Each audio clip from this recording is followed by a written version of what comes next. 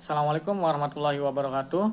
Perkenalkan, nama saya Ahmad Amr Maula dengan NIM 220366, kelas RA8, semester 6. Di video kali ini, saya akan mempresentasikan resume materi kelompok 1 sampai kelompok 7.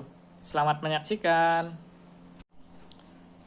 Materi pertama yaitu tentang produktivitas. Definisi produktivitas. Produktivitas dapat didefinisikan sebagai kemampuan untuk menghasilkan output yang maksimal dengan menggunakan input yang minimal. Dalam konteks ekonomi dan bisnis, produktivitas mencerminkan efisiensi dalam pemanfaatan sumber daya, seperti tenaga kerja, modal, teknologi, dan bahan baku untuk menghasilkan barang atau jasa. Adapun jenis-jenis produktivitas, yaitu yang pertama ada produktivitas tenaga kerja, yang kedua ada produktivitas total, dan yang ketiga ada produktivitas modal. Selanjutnya ada penilaian produktivitas. Yang pertama ada mengukur jumlah produk yang dihasilkan, yang kedua mengukur waktu yang dibutuhkan untuk menghasilkan produk, yang ketiga ada mengukur biaya yang dikeluarkan untuk menghasilkan produk, dan yang keempat mengukur tingkat kualitas produk. Kesimpulannya adalah produktivitas adalah kemampuan menghasilkan output maksimal dengan input minimal yang mencakup berbagai aspek seperti tenaga kerja, modal, dan faktor produksi lainnya. Produktivitas memiliki tugas utama untuk meningkatkan efisiensi, kualitas, jumlah produksi, serta mengurangi biaya. Penilaiannya dapat dilakukan dengan mengukur jumlah produk, waktu produksi, biaya, dan kualitas. Materi selanjutnya ada ekivalensi persyaratan untuk membandingkan perusahaan. Pengertian ekivalensi. Persyaratan untuk membandingkan perusahaan.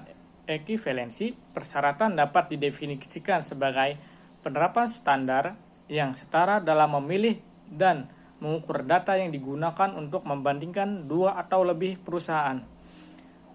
Prinsip ini bertujuan untuk memastikan bahwa perbandingan yang dilakukan antara perusahaan adalah adil dan dapat menghasilkan kesimpulan yang dapat dan relevan. Adapun tujuan ekivalensi, yaitu yang pertama ada menghasilkan perbandingan yang adil, yang kedua memastikan keakuratan data, yang ketiga ada mempertahankan objektivitas dalam pengambilan keputusan, yang keempat meningkatkan transparansi dalam analisis keuangan, yang kelima ada menyediakan dasarnya yang kuat untuk keputusan investasi. Selanjutnya ada langkah-langkah melakukan evaluasi strategi. Yang pertama ada konsistensi. Terus yang kedua ada memperbaiki tolak ukur kerja. Dan yang ketiga ada pengukuran kerja. Kesimpulan dari materi ini adalah ekivalensi persyaratan merupakan elemen penting dalam perbandingan perusahaan yang efektif, dengan memastikan bahwa data indikator dan metodologi yang digunakan dalam perbandingan perusahaan setara dan konsisten. Kita dapat memperoleh wawasan yang lebih akurat dan relevan tentang kinerja perusahaan. Materi selanjutnya yaitu manajemen produktivitas. Pengertian manajemen produktivitas. Produktivitas berasal dari kata produktif. Artinya selalu sesuatu yang mengandung potensi untuk digali, sehingga produktivitas dapat dikatakan sesuatu proses kegiatan yang terstruktur guna menggali potensi yang ada dalam sebuah konduktif atau objek. Secara umum, produktivitas diartikan atau dirumuskan sebagai perbandingan antara keluaran atau output dan pemasukan, yaitu input. Berikut ini adalah beberapa penyebab dampak peningkatan produktivitas. Yang pertama yaitu teknologi, yang kedua inovasi, yang ketiga pengembangan sumber daya manusia, yang keempat perbaikan proses, yang kelima penggunaan sumber daya yang efisien, yang keenam ada peningkatan efisiensi, yang ketujuh ada peningkatan kualitas, yang ke-8 ada peningkatan pendapatan, yang ke-9 peningkatan daya saing, dan yang ke-10 ada peningkatan kesejahteraan. Produktivitas berdampak langsung pada probabilitas perusahaan. Produktivitas mengacu pada kemampuan untuk menyelesaikan proses organisasi secara efisien. Tingkat produktivitas yang rendah dalam suatu organisasi berarti perusahaan yang dapat memproduksi apa yang dibutuhkannya secara tepat waktu. Karena biaya produksi setiap produk lebih mahal, laba atas investasi atau ROI, dan laba setiap produk menjadi lebih rendah. Kesimpulan dari materi ini yaitu peningkatan produktivitas dapat dicapai melalui beberapa faktor, seperti penggunaan teknologi, inovasi, pengembangan sumber daya manusia, perbaikan proses, dan penggunaan sumber daya yang efisien. Peningkatan produktivitas dapat memiliki dampak positif seperti peningkatan efisiensi, kualitas, pendapatan, daya saing, dan kesejahteraan. Materi selanjutnya yaitu ada siklus produktivitas. Siklus produktivitas adalah rangkaian langkah untuk meningkatkan produktivitas organisasi, termasuk perencanaan, pelaksanaan, pengukuran, analisis, dan perbaikan dan evaluasi. Adapun prinsip, tujuan, dan manfaat produktivitas. Yang pertama yaitu prinsip. Prinsipnya untuk efektivitas dan efisiensi. Tujuannya untuk meningkatkan efisiensi dan keuntungan. Manfaatnya yaitu ada efisiensi sumber daya, peningkatan kualitas, dan daya saing. Adapun faktor yang menghambat dan meningkatkan produktivitas. Yang pertama ada meningkatkan, yaitu ada keterampilan, teknologi, manajemen waktu, dan motivasi. Yang kedua ada menghambat produktivitas, yaitu stres, kurangnya keterampilan, lingkungan kerja yang buruk. Adapun metode pengukuran produktivitas, yaitu ada output-input ratio, total factor productivity, time definition, benchmarking, Six Sigma. Terus ada jenis-jenis produktivitas, yaitu yang pertama, produktivitas total faktor, produktivitas tenaga kerja, produktivitas modal, produktivitas bahan baku, produktivitas energi, produktivitas jam kerja. Adapun kelebihan dan kekurangan tipe pengukuran produktivitas. Kelebihannya yaitu memudahkan evaluasi dan perbaikan operasional. Yang kedua, dapat digunakan sebagai alat kontrol. Kekurangannya yaitu pengukuran parsial hanya fokus pada satu faktor. Pengukuran total bisa dipengaruhi banyak variabel. Kesimpulan dari materi ini adalah produktivitas adalah rasio antara output dan input. Pengukuran produktivitas membantu organisasi dalam meningkatkan efisiensi dan daya saing. Dan terakhir, berbagai metode dapat digunakan untuk menilai produktivitas. Materi selanjutnya ada evaluasi produktivitas. Produktivitas adalah suatu konsep yang bersifat universal yang bertujuan untuk menyediakan lebih banyak barang dan jasa untuk lebih banyak manusia. Dengan menggunakan sumber-sumber yang real, makin sedikit. Adapun faktor-faktor yang mempengaruhi produktivitas kerja, yaitu yang pertama ada ketepatan waktu, yang kedua ada penampilan karyawan, yang ketiga ada kesopanan dan tanggapan terhadap keluhan. Selanjutnya ada faktor-faktor yang mempengaruhi produktivitas. Yang pertama ada kemampuan, sikap, situasi, motivasi, upah, dan tingkat pendidikan. Kesimpulan dari materi ini yaitu evaluasi produktivitas adalah proses penting untuk meningkatkan efisiensi dan efektivitas dalam organisasi. Evaluasi produktivitas hanya melibatkan pengukuran output terhadap input, tetapi juga pertimbangan faktor-faktor yang mempengaruhi kinerja karyawan serta penerapan sistem yang mendukung proses evaluasi tersebut. Materi selanjutnya yaitu perencanaan produktivitas.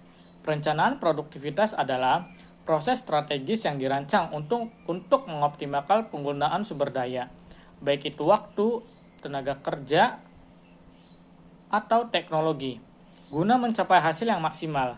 Menurut Wignosojobroto, pada tahun 1995 mengemukakan bahwa produktivitas adalah rasio antara keluaran, output, dan masukan input. Selanjutnya yaitu ada perencanaan produktivitas memiliki banyak manfaat, baik bagi individu maupun organisasi. Berikut adalah manfaat utama dari perencanaan produktivitas. Bagi individu yaitu yang pertama meningkatkan efisiensi waktu, mengurangi stres, meningkatkan fokus, mencapai tujuan, dan meningkatkan motivasi. Selanjutnya ada bagi organisasi, yaitu meningkatkan efisiensi operasional, meningkatkan kualitas produk, mengoptimalkan penggunaan sumber daya, meningkatkan daya saing, meningkatkan kepuasan pelanggan, dan meningkatkan kesejahteraan karyawan. Selanjutnya ada penerapan prinsip SMART. Dalam dunia bisnis yang semakin kompetitif, penerapan prinsip SMART, spesifik, measurable, achievable, relevant, time-bound. Dalam perencanaan produktivitas sangat penting untuk meningkatkan efektivitas dan efisiensi. Juga memastikan bahwa tujuan yang ditetapkan tidak hanya jelas, tetapi juga dapat diukur, realistis, relevan, dan terikat waktu. Langkah-langkah untuk mencapai target produktivitas yaitu yang pertama, meningkatkan tujuan yang jelas, menganalisis proses kerja, menerapkan teknologi yang tepat, mendorong budaya kolaboratif, memantau dan mengevaluasi kerja, dan mengembangkan keterampilan karyawan. Adapun faktor-faktor yang mempengaruhi perencanaan produktivitas. Faktor internal ada sumber daya manusia, motivasi kerja, keterampilan dan pendidikan, disiplin kerja, kesehatan. Terus ada faktor internal, yaitu yang pertama ada lingkungan kerja, teknologi, kebijakan perusahaan, dan faktor ekonomi. Tantangan dalam perencanaan produktivitas yaitu yang pertama, dinamika lingkungan produksi, yang kedua, kompleksitas proses produksi, yang ketiga, kurangnya fokus dan motivasi, yang keempat, manajemen waktu yang buruk, yang kelima, keterbatasan sarana dan prasarana, dan yang keenam, ada lingkungan kerja yang tidak kondusif. Kesimpulan dari materi ini yaitu perencanaan produktivitas merupakan aspek krusial dalam mencapai tujuan organisasi, baik dalam jangka pendek maupun jangka panjang.